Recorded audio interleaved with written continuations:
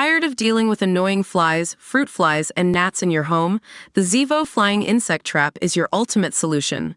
Don't wait. Check out the link in the video description now to get your Zevo Flying Insect Trap on Amazon and enjoy a bug-free home today.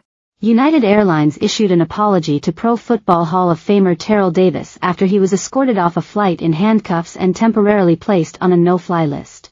"We have apologized to Mr. Davis for his experience and continue to review our handling of incidents like this to protect our highest priority, the safety of our customers and crew," United said in a statement on Tuesday, July 30th.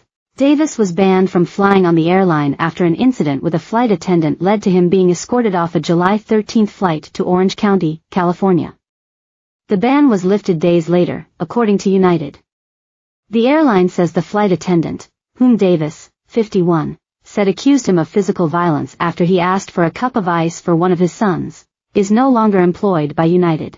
Mr. Davis received this letter, notifying him of the ban, the day after the incident, United said on Tuesday. It was generated due to the report of the flight attendant, who is no longer employed by United. The day after the letter was sent, we discussed with Mr. Davis's team that it had been rescinded. The statement came shortly after Davis took to Instagram on Tuesday to slam the airline for placing him on the no-fly list.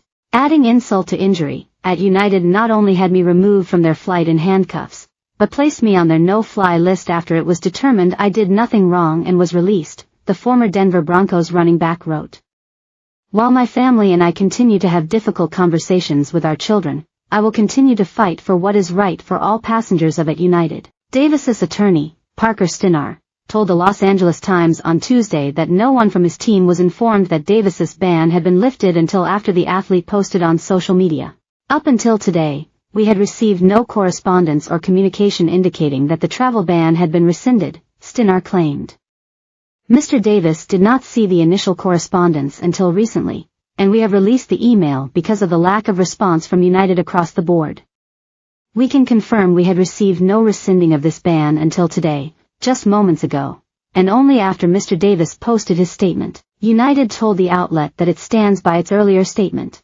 Davis first spoke out about the incident via Instagram on July 15th.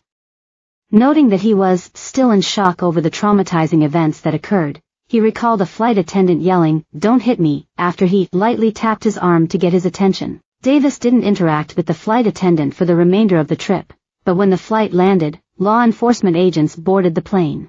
"The FBI agents and local authorities proceeded directly to my seat and immediately placed me in handcuffs, while seated and without any explanation, in front of my wife and children while the entire flight of passengers watched in silence," Davis wrote.